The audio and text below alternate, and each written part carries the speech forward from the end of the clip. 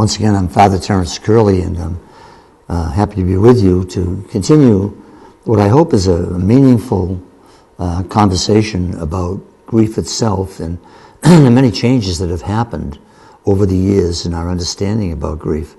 Probably one of the greatest changes is to realize that as we say so many times in so many different ways, is the importance of realizing our search for meaning. We're all yearning for meaning, and we're hoping that we can find a deeper purpose and deeper ways of finding meaning in our lives. The new psychology of grief is really based upon logotherapy, which, as you know, is a talking therapy and is a meaning-centered approach to counseling.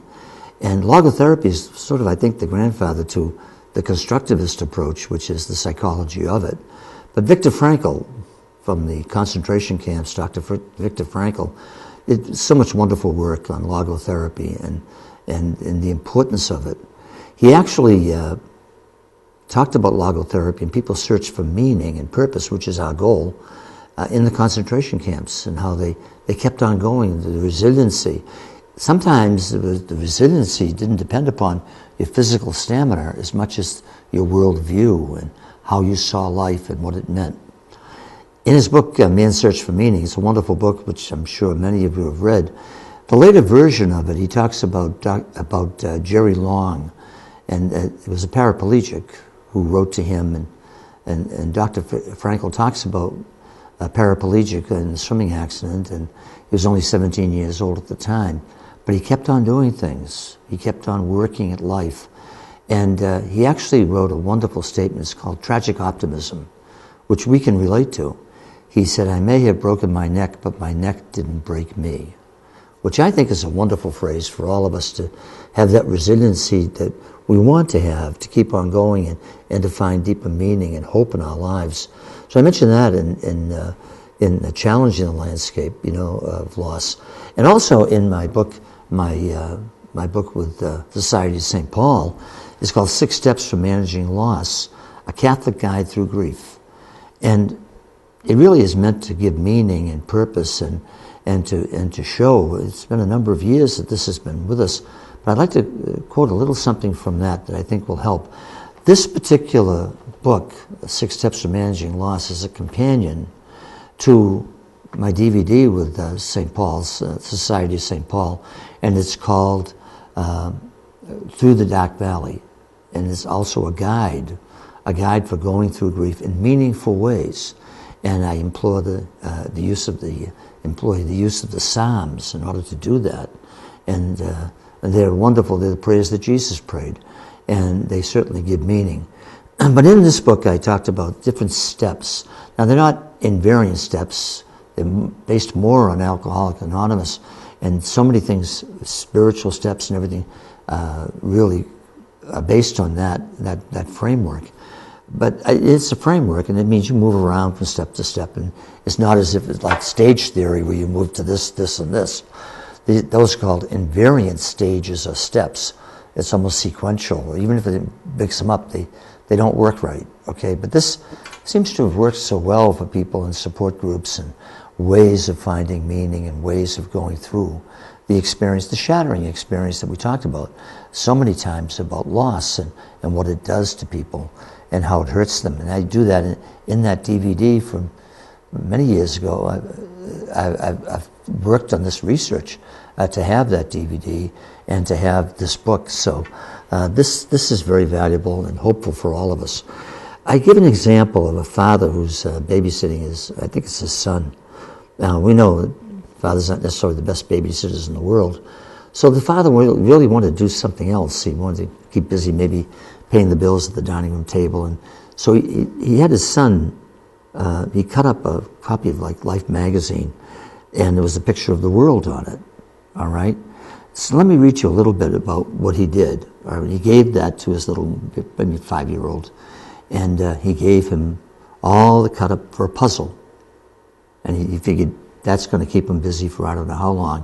And all of a sudden, it didn't keep him busy because something happened. I wrote in the 6 Steps for Managing Loss, the father was amazed when he saw the completed work in front of him. after he gave it to his son, right? It was like a puzzle, all right? The child asked the child how he did this so quickly. His reply was simple. It was easy, his son told him. On the other side of the puzzle was a picture of a man and woman. This story says something important about life. If we put together the picture of our relationships with others, then our world will come together. It's wonderful. We've all seen those images of the world. I think I use that image in the front of Challenging the Landscape of Loss, because it's a new world view that we're really trying to cultivate, a new way of seeing things. And the little boy in that story gives us a wonderful example just by saying, by getting the relationship together, the man and the woman, is able to put it together. And so too for ourselves. If we get our relationships together, then our world changes. The perception of our world changes. People often think that grief is a reaction, is dependent upon the event, all right? But the event doesn't really cause the grief. It's our reaction that causes the way we perceive the event, the way we perceive our world is what happens. That's why there's so varying degrees of grief. One person may have tremendous high grief for a loss, another person may not. And there are different types of losses and different things that we go through. So how we perceive it, for some there's relief. They don't want their loved one to stay and suffer any longer. That's not wrong. That's all right. So one size doesn't fit all in saying everything's painful. I've seen situations where people have been told, this is going to be very painful for you, you're going to have to go through this, this, and this. Well, that's almost like what we call a self-fulfilling prophecy. It doesn't really work, and it just makes the person worse. Someone tells you continually and all these times, it's going to get worse. Unfortunately, we listen to them, and sometimes, we find ourselves becoming victimized by that statement. And we don't want to live that way. We want to say, how can I find meaning? And how do I find hope? And it's all right to laugh. It's all right to cry. All right? It's perfectly all right. What I did with 6 Steps to Managing Loss, I developed what was known as a personal prayer guide in part 2 of this book. The personal prayer guide is meant to help us to utilize the Psalms. The Psalms are healing because they unlock for us our deepest emotions.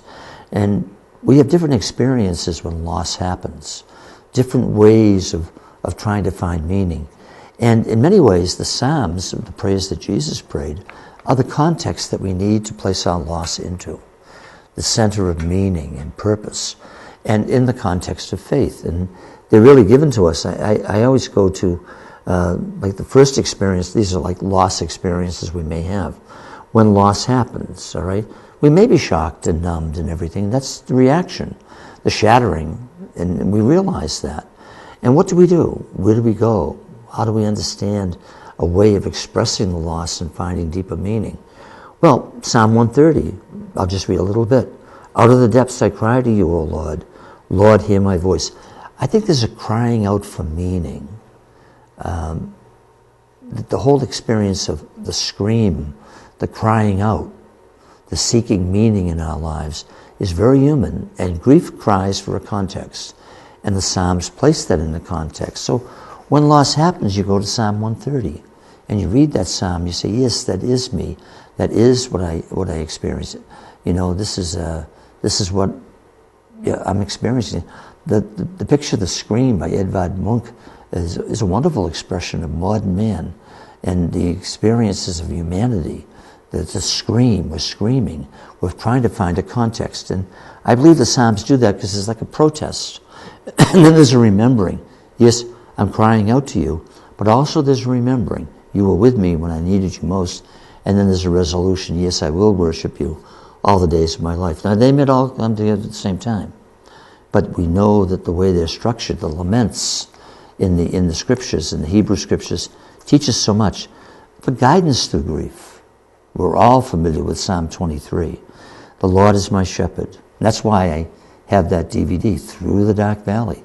The Lord is my shepherd, I shall not want. In verdant pastures he gives me repose. Beside restful waters he leads me. He refreshes my soul. He gives me the resilience. He helps me to keep on going. He guides me through right paths. Even though I walk in the dark valley, I fear no evil, for you are at my side. Our relationship. That's what truly matters, and that's what we try to focus on when we grieve. So we have feelings of abandonment, of loss. Those are the feelings that go with grief. But we also have feelings of joy and comfort and consolation. Those are the feelings that go with grief as well. There's another side to grief. It's not all about pain and relinquishing and letting go. It's about finding meaning, having companionship, having loving listeners, having the Psalms, the prayers of the Psalms. Psalm 22, my God, is the crying out to God, but then is placing God in our lives. God's already there, but it's placing God in our lives at the center of our lives that gives us the hope and the love for the heavenly reunion. And that's what we truly believe in. And that's the ultimate expression of peace and joy and understanding.